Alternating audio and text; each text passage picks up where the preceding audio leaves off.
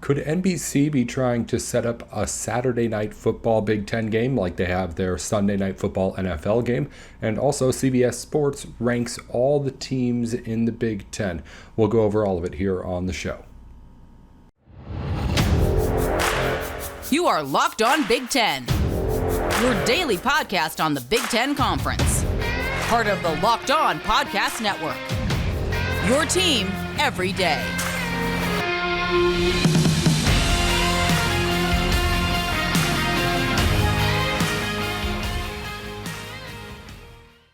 Locked On Big Ten alongside Matt Sheehan. I'm Nate Dickinson. Matt joining us on the show today, the host of Locked On Spartans. As always, with you every single weekday over on that podcast, wherever you get your podcasts too. Thanks for making Locked On Big Ten your first listen every single weekday. Matt, thanks as always for coming on. Always nice to have you. We talked yesterday about Big Ten coaches saying things about other Big Ten programs. Michigan State was, of course, one of the programs quoted. We have one quote from them for you to maybe get your thoughts on that we used yesterday on the show. One Big Ten coach said, quote, "This is transfer you. Does that work every season? What's your culture like? It seems like these guys don't set limits like other staffs. Normally you're working the portal out of extreme need for a position group or to complement a roster. These guys shop the whole store, it seems," end quote. What do you think about that? And also, how you doing? Oh, I'm doing great, but I'm also, halfway freaking out that football is happening so fast because, oh my God, summer's flown by, but also the other half of me is very excited. Nate, anyway, that quote, fascinating angle that coach took, calling Mel Tucker out for using the portal, which of course he did. Hey, got Kenneth Walker out of the portal. Worked out great. We have some new players this year that are hopefully going to help our Michigan State Spartans. Got some linebackers, got a defensive end, got two running backs. Hopefully they're going to replace Kenneth Walker. But that's the thing. Like, we were already okay at defensive end. We were already okay at linebacker. But at the end of the day, aren't you just trying to field the best team possible? Like, it is very fascinating that anonymous coach, whoever it is, says, oh, they're not using the portal just to fill an extreme position of need out of desperation. They're trying to get the best player at every single position on the field. It's like, well, sure. Yeah. why wouldn't he? Like, this isn't some secretive portal that Mel Tucker's using. This is open for every coach to use. And he's just using it, I think, the correct way. If you don't believe me, look at Michigan State's season last year. They banged out an 11-2 season the year after just 2 wins. Like, yes, Mel Tucker is making Michigan State transfer you for his first few years because he inherited a program and a roster that was maybe more suited to play like in the MAC, perhaps, or the Big Sky, perhaps. Like, he walks in to the football center his first day and he's looking at a sea of kids that don't belong in Power 5 football. So yes, he could have done it the old-fashioned nice way of just, okay, I'm going to recruit some kids, wait till their third, fourth year, hopefully they're good. Or he can really hit the ground running, get some kids out of the program, get some kids into the program through the transfer portal, and just field the best team he could possibly field. And I fail to see how that's an issue, especially coming off of an 11-2 year. But I digress. Every coach has their different method of doing things. I'm just glad I have a coach that does it the fastest and most efficient way possible. That's how I leave it. Fascinating quote, though. Fascinating quote. I don't know if it's a coach being just bitter about seeing Michigan State being able to do it so well, or if it's just somebody like believing in the idea that you can't build the culture without guys who have been there leading the way, who have been there a long time. But either way, right now you're criticizing something that's working, which just is going to make you seem foolish no matter what it is. Yeah, small sample size, and I get it. Like, yeah, a bunch of guys come in, but it's not like, they're all shaking hands with each other on that first game day. Like, they are battling out through fall camp, spring camp for a lot of these guys if they can transfer in on time. So, look, what helps build a culture too is winning. Like, winning also helps build a culture and not just slogging through a bunch of 6-win seasons, 7-win seasons, which is what my Spartans were doing at the tail end of the Mark D'Antonio era. But, like, a small sample size, and so far it's proving to work out pretty well. That's just me, and but I just, like you said, I don't know if it's a coach that's like salty but I doubt it because he could use a transfer portal too. I don't know. It's hey, everyone's got their own school of thought. This guy is clearly a little more old school than Mel Tucker, which maybe it's working for him, maybe it's not. We'll never know. It's an anonymous coach, so good luck to him this season. All right, Matt, let's talk about what, at least when I was looking through the news from today, biggest headline I saw with Big Ten media rights still out there and up for grabs. NBC, according to a report from Front Office Sports, is, according to their sources at least, saying that they want to make the Big Ten the NFL of college football conferences. Apparently that involves making a Big Ten conference game on TV every Saturday night, in the way that they have a single NFL game on every Sunday night. I don't know what that ends up looking like. I mean, I would imagine that the NBC would ideally want to be able to, if they're doing that, like then at some point flex Big Ten games over to the night side. But I think this is just outstanding news for the Big Ten all around, obviously, just because you're getting another network in there, obviously, in the bidding. But also, I just think that the idea of doing that and having some sort of attachment to what is anything with the NFL, even if it's just in this weird kind of indirect way, Saturday Night Football with Sunday Night Football advertised next to each other every single week on NBC. I mean, it just seems like it's going to be great optics if something like this is able to be worked out. Especially if there's like a pregame show, like kind of how they do Football Night in America before the NBC night game on Sunday night. I think that's a very well done show. You get your whole day recap of the games. That'd be awesome too if we could just throw that little bone in there as well. But yeah, it's an interesting way to go about it because obviously you have CBS. All right, they have staying power. You know, the 3:30 time slot's great for SEC games, but so is that night slot. ABC always has a primetime game on. Fox, they kind of took their own route and said, all right, well, we're not going to go head to head with CBS and ABC at night. How does noon sound for the best game of the week? And like, look, it does well for them. It gets great ratings, but like as a fan, like selfishly speaking, Michigan State plays Michigan on noon last year. It's like, oh, what a big game. This is awesome. And it's at noon. Oh, okay. Not like a full day of tailgating, full day of anticipation, not under the lights. But hey, at the end of the day, got great ratings on Fox because it wasn't going against any other game. So it's interesting to see that NBC just wants to take on two potential night games, for example, or are they going to be taking away one of these games from the other networks? I don't know, but it's fascinating that they want to try to be the third team in this primetime slot. I like that angle, though. Just call it like you're going to do with the NFL. It's already the biggest league in the world. Just say that you're going to imitate that, see what's different. And yeah, I'm all for it. And I hope it works out because yeah, I'd rather have more night games than, like Buckeyes, Wolverines at noon or whatever. Trojans, Ducks at noon. So yeah, give me the night games, baby. Yeah. So if something like this happens, NBC, like I said, ideally would want to be able to have the best Big Ten games on in that primetime slot. I think the Big Ten would want that too. Have those best games in that kind of time slot there, especially again, locked into a network that has the primetime NFL game every Sunday night too. It all makes sense. But the way I also see it is that how is Fox going to react to that? Right now, they still have, if they were shareholders here, a controlling stake in Big Ten media rights. I don't know how this all ends up working out in the end with that, but I don't see Fox being okay with NBC just taking the biggest game of the week every week, other than maybe, of course, like the Michigan-Ohio State week, which Fox has already locked down and is going to keep.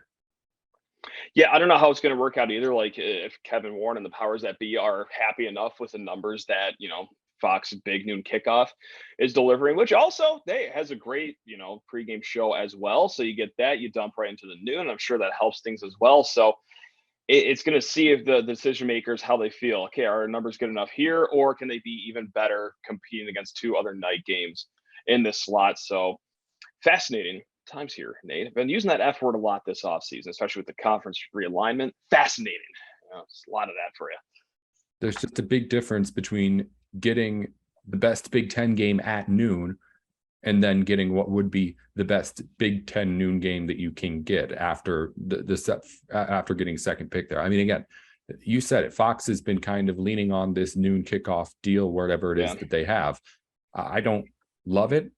it gives them, I guess, the opportunity to get the first eyes of the day when you're hungry for college football. But right. as far as like with what they're doing there, the question is, do they want that time slot? And do they believe in that time slot enough to be like, okay, we'll take the second best Big Ten game in this schedule? Also considering too that the second best Big Ten game could get a lot better in the next coming years too. Yeah, you know what? That's actually a great point. I didn't even think about that. Yeah, I mean, okay, Buckeyes Trojans on, and then what? You got Nittany Lions and Bruins. Ooh, there we go, spicy. Or hey, just like we talked last week, let's get some Hurricanes, some Seminoles in the mix. If the Fighting Irish ever want to come on down, yeah, you're right. There could be a. I mean, that's the point though. Even with 16 though, and I feel like until you like really get into the conversation of these super conferences we're talking about, you're always going to have at least a week or two where like that second game just isn't great. The schedule just works out that way. If you're picking from the best Big Ten games every week, like Fox is now, you're going to be able to kind of just get something decent every time. And I don't know how Fox feels giving a direct competitor what NBC will want and what I believe the Big Ten will want to be the best Big Ten games every single week or as many weeks as possible. I don't know how that works, but that's all part of, I guess, what has to be negotiated here. There's still 50% of those rights up for grabs, or maybe I guess it's a little less. Sure. And also too, like, we always get the storylines in November. There's always like one coach that has a quote about, how he doesn't like to play at night in November and talks about, these are student athletes. It's cold. So like, maybe the coaches are fine with it just being noon too, and we're just stuck in our own little fan world. But hey, you know what? That's the world that most of us live in. So here we are, just talking about why we don't like these noon games. God, please stop. Enough. Jesus. Well, it'll be very interesting whenever like the official whatever it is comes out as to how all of this is going to work, because I do feel like we're at a point now where I think the Big Ten is going to be like guaranteed to have at least a couple of more suitors here outside of whatever chunk ESPN wants to try and keep. Yeah. I believe that NBC, if it wants to get in, will be able to get to the table here. I mean, I feel like Apple Plus is definitely in there. Amazon, I think we had reports in there too. I feel like we're at a point now where like I'm more like, I knew it was possible before, but I was more of a believer like that it could end up still being like a Fox ESPN mostly kind of deal. Right now, I'm looking at the possibilities and thinking, okay, maybe this really will happen, where we're looking at like 4 or 5 different places to watch Big Ten games. But again, that's down the road. In a minute, we're going to talk about Big Ten rankings according to CBS Sports, break things down into little sections and see who could exceed the expectations there and who could maybe drop short. But before we do that, everything is exceeding expectations over at Built Bar. It's the place to go for anything that you need as far as protein. It tastes like a candy bar. Built Bars have 100% real chocolate in them. And the new Built Puffs are like the regular protein bars, only instead of that chocolate getting around protein bar, it's chocolate around marshmallow that, again, gets that same nutritional value with nothing else that you don't want in there too. The new flavor, cookie dough chunk in the puff form, now is available at built.com. And you can use code LOCKED15 to try it out again with a 15% off your order discount. Matt, Built Bar is, I say it every time, pretty much among Locked On hosts, easily the most beloved sponsor that we have. It is the best. And the cookie dough chunk Built Puff is, I could eat those every day, 3 times a day. No strain whatsoever. Those are sensational, Nate. Sensational. Built.com. Locked15, the code to use at checkout to get 15% off your order there. And again, Built Bar, it's a protein bar that tastes like a candy bar to get you through your workout, just get you through your day, anything like that, without any of that nasty stuff that can be in a whole lot of the other ways that you can get your energy. Again, Built.com, code LOCKED15. Okay, let's talk a little bit about rankings here, Matt. I mentioned CBS Sports has a list of every Big Ten team. We don't need to get into every Big Ten team, but I did break things into regions here as to kind of break down at the top who could maybe try and fall down or who won't live up to the expectations that they have here in the preseason. Middle of the pack teams too, and then that bottom section as well. Who could maybe start to show some of that progress that we haven't been seeing from them. So let's start at the top. Looking at, of course, Ohio State at number 2 in the country, according to CBS. Michigan is at 8, Wisconsin 15, 18 for Penn State, and then 20 for Michigan State and the Spartans. Those are the 5 teams that are in the top 25. I want to know who's most likely in your mind to not live up to the number. Again, Ohio State 2, Michigan 8, Wisconsin 15, Penn State 18, Michigan State 20. I got just 2 teams that I'm looking at, and one's Michigan, just because, that they replaced both defensive ends, they replaced both coordinators, all that fun stuff. However, that offense is going to be unbelievable this year. They got probably the best offensive line in the conference. They got good weapons there. So that's the second place team that I'm worried about falling down. The first, just because of the parity that we've talked about up and down the last few weeks in the Big Ten West, is Wisconsin. I mean, let's say Graham Mertz doesn't really take that step that we all thought he would take last year. Let's say he is dormant to start another year. Like, that could be a scary time for the Badgers. Again, I think they will be a solid team, but of these 5, the most likely to take a step down, like, I'm going to say my Michigan State Spartans. No, come on. No, I'm going to go with the team that plays in a Big Ten West that could have some spicy teams. Minnesota could bite them. Nebraska can bite them. Iowa could bite them. Heck, the Boilermakers can bite them. So, yeah, I think that is just too much volatility over in the Big Ten West to just say, yeah, Wisconsin will definitely end up number 15 in the country. So that's what I'm taking for number 1 right there.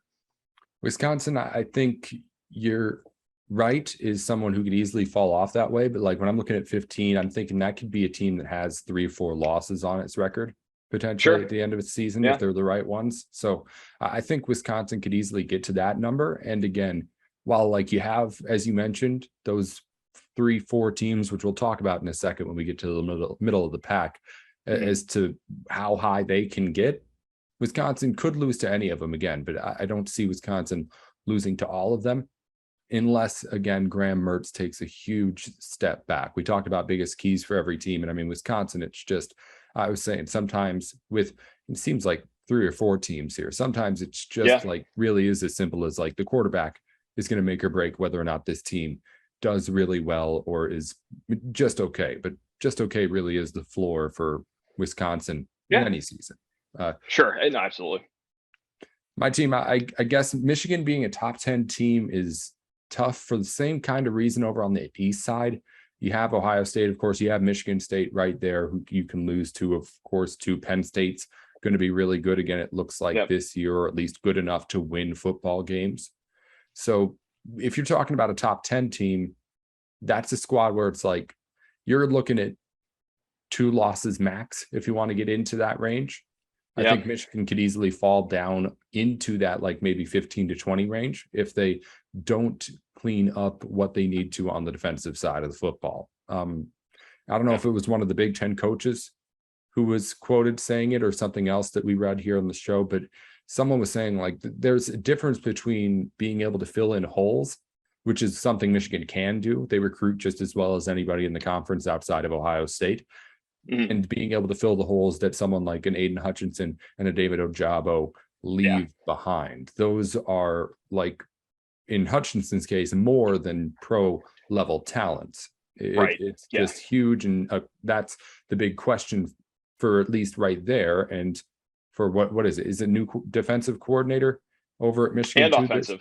Offensive, both. Right. Yeah. Yep. There are so many new coordinators. We're going to have a whole lot of people on to talk about all that stuff. But anyway, with both new coordinators on each side, it's something where, especially on that defensive side, I'm looking and trying to figure out, okay, I can see the way that this goes wrong for Michigan, given the way that defense looked at times last season too, even though it was elite in a whole lot of ways.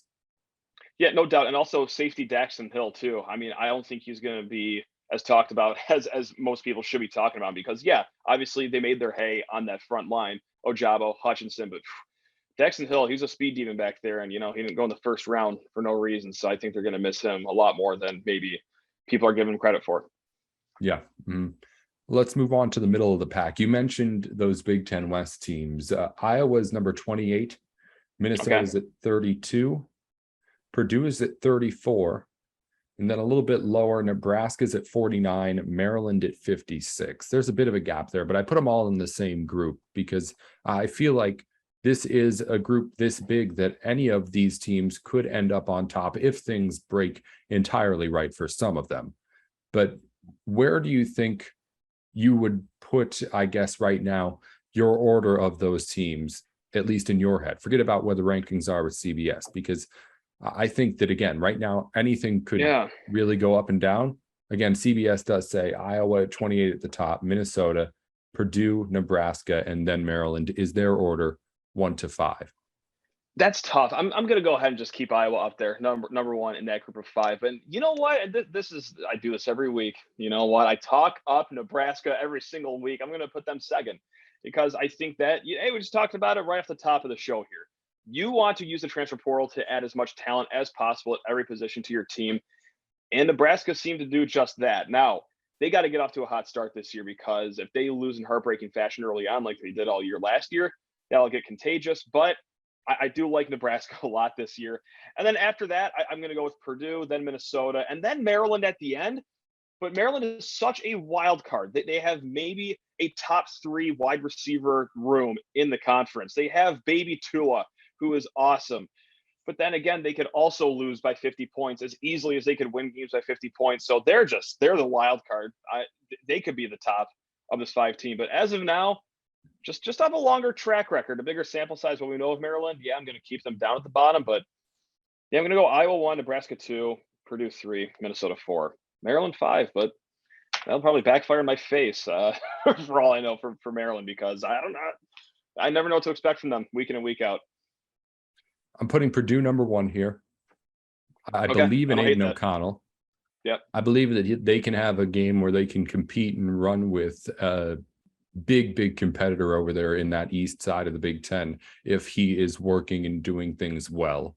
We'll see exactly how well that looks at the beginning of the season and throughout because it hasn't been as consistent as it needs to be. I'm banking on experience allowing him to get better here because you've seen what he's kind of capable of. His ceiling is higher than the other Big Ten quarterbacks we're talking about here. Yep. Iowa's number 2 in my head, just with the consistency across the board that they always bring. You can't put them much lower. Sure. I've started to buy into Nebraska, and I've been trying to figure out if it's because I actually believe they're good because I've just been hearing everyone else say it. And I don't really think it's either. I think it's more that I'm looking around the rest of the Big Ten and like Iowa lost big players to the NFL. Minnesota lost big players to the NFL. Purdue lost players to the NFL, right? Am I missing? Yeah, George on the defensive side. George Karlaftis on the NFL. Mm-hmm. It's guys who are really good, and Nebraska brings a lot of players back. And it's just, I don't know if I believe that Nebraska is good. I just think that the Big Ten West might just be really subpar here if things, again, don't break down the right way for everybody else. It's just something where you have a whole bunch of teams that have a lot of question marks. And while Nebraska has plenty, they're the different kind of questions that you're asking, not about who comes into a spot, but can these guys now take things to the next level here for the Cornhuskers? I feel like the experience is what you bank on, not because I think really Nebraska's especially good, which is what I think was confusing me before. People being like, oh, well, they have people who have been there, so they're going to be better. Like, I believe in improvement, but I haven't believed in Nebraska being able to play good football, even with those players who are there. I think it's more just kind of the step back that a whole bunch of other teams might be taking that's making me think that like Nebraska could come in at 3rd here. I still might even put like Minnesota on top of them. But I understand putting Nebraska 2nd on this list right now. I wouldn't put them at the top. But again, you can really arrange anything you want anyway. Yeah, to be determined. So it's not talking to me every Thursday about Nebraska that doesn't have you ranking them so high of me talking your ear off about the Huskers every single week. It's not it. Shoot. No. What about Maryland? You mentioned baby Tua. That's the other team I feel like that has at least like some of the pieces coming back to be able to be better. But I also feel like they're a team that has a huge kind of range as far as how good and how bad they can be here. I mean, Maryland, I could easily see falling apart and being at like the bottom of the conference in a way that I don't see with any of these other teams we're talking about in this group. No doubt. It seems like every year they start off a little hot, and then, okay, middle October rolls around, they start to falter a little bit. And then November, it's like, okay, well, they've mailed in the season the rest of the way. So are we going to see that for seemingly the 12th straight year from Maryland? Maybe, but I don't know. If I can get suckered into believing in Nebraska, maybe I can get suckered into believing in Maryland, and that they do have this great offense that's coming in with the receivers, with little Tua. I mean, hey, if every single game is going to be a first to 40 game, maybe they could win a good chunk of those. But yeah, a lot of it's going to come down to their defense too, which not necessarily known for their defense down over in Maryland, are they? No, they're not. Yeah. Moving on to the bottom of the pack there in the Big Ten, the 4 teams, Rutgers is at 78, Northwestern at 81, immediately followed by Illinois at 82 and Indiana at 88. Ouch. These are 4 teams that are, I think, pretty solidly in these spots at the bottom of the conference. As far as most likely to make any sort of jump, show any sort of progress that I think actually results in wins and losses, I would put them in that same order that they are right there, at least 1 to 4. I think Rutgers, Northwestern, Illinois, Indiana. I think that's where you're at. Rutgers, I think, is closest to being able to be like, okay, maybe we can start beating some teams in that middle tier. Yeah, no doubt about it. And it's just like, I'm looking at Rutgers and Indiana, and like, those are 2 teams that do not benefit whatsoever from playing in the Big Ten East. Like, that is a top heavy division. And when you're the bottom feeder, you feel it, don't you? Like, these guys might be a little spicy in the Big Ten West. I'm not saying they, win it and represent that division in Indianapolis, but oh man, it's tough to just look at Indiana and then, oh yeah, they got to play like Penn State, Michigan, Ohio State, Michigan State. It's like, oh my God. But yeah, it's poor Indiana, man. Like, oh, that COVID year, the Tom Allen Renaissance year might as well have been 18 years ago at this point. Oh man, I would love to see them catch lightning in a bottle again, because that was such a fun year for them. It was fun rooting from afar. Hey, my team was horrible that year. I just latched onto Indiana as a bandwagon fan, and oh boy, did the wheels fall off that bandwagon or what last year? Jesus. So we'll see. I that's all I have to offer you, is that, hey, it worked out okay 2 years ago. Maybe there's still some magic left in that lamp, but other than that, I don't really have much optimism to offer Indiana, unfortunately. That's a pretty good ranking of the 4 right there. I don't think I'd change anything either. Oh, that makes me sad. Oh boy, I feel like I'm bowling these teams now. Doesn't sit right. Matt, outside of Ohio State, let's go back up to the top real quick before we close things up, because I don't want to end on a negative note like that, really, talking about those teams. No, that's good. Yeah. Outside of Ohio State, what team do you think has the most likely chance to make the college football playoff? I don't know. It's weird to even kind of ask the question. Michigan State, baby. That's right. Our Spartan. No, I'm kidding. No, it's not Michigan State at all, actually. Although I could be talked into it, but no, of the teams, can I use one of the 5 teams that I said would also drop out? Like, is it just the team that went there last year? Is it Michigan potentially? Like, yes, we talked about all the things going on with their defense, but okay, I think as good as they were on defense last year, I think they can be as good on offense. It'll be, a little steeper odds, but what if they are? What if that offensive line does help both quarterbacks? What if their weapons around can get stuff done, even though they do have this 2 quarterback cycle? What if they are just this dynamic offense that everyone in Ann Arbor thinks they will be? Then, okay, maybe the defense doesn't have to be great. So yeah, as much as it pains me to say, maybe it is Michigan, because listen, Penn State, great players. You can always count them to be solid, but you can also never count on James Franklin to, coach a season competently the entire way. Michigan State, I think we just have a few too many holes in that. Wisconsin, I'm sorry, you're in the Big Ten West. I can't take you seriously. So that's kind of where by process of elimination, I'm gonna go with Michigan, unfortunately. So that's. Oh man, I'm really ending this episode on a sad note. Shit. Oh well. No, I think Michigan's got that potential with, again, I think their offense can be really good and their defense can be good enough.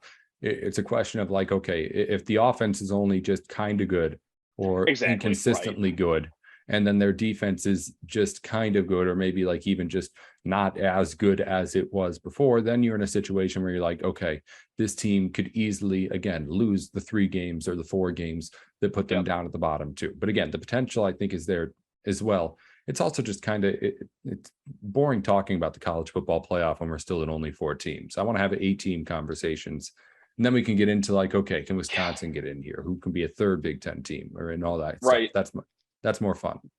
Or like when it's a 14 playoff and we pretty much know 3 teams, like unanimously, everyone's saying Georgia, Alabama, Ohio State, and then, who's the 4th team going to be? Clemson? Is it Notre Dame? Is it Utah? It's like, well, you can only just argue for one spot seemingly. Like, it kind of takes the air out of the balloon, doesn't it? But, oh, well, maybe one day. Maybe one day we'll get up to 8 teams or probably one day. Someday soon, I would say. I mean, sooner than you thought it would be when you, of course, just made and took this long to make the change from the BCS to go to the 4-team playoff for sure. But anyway, it's a conversation for another day. Matt Sheehan's at Locked On Spartans every single day leading us up to football season. Matt, we're going to have to get you on at some point next week, of course, to do our Michigan State preview kind of deal and get everything we need to know about the Spartans. It'll be a whole lot of fun as, again, it's a lot of teams up there at the top in the Big Ten and nationally as well. And the Spartans are looking to be one of them. So that's what you can look forward to when you talk to Matt again next week here on the show. And of course, until then, get your full fill of Matt Sheehan over at Locked On Spartans too. Thanks as always for coming on here, Matt. Always a great time, Nate. You're the man.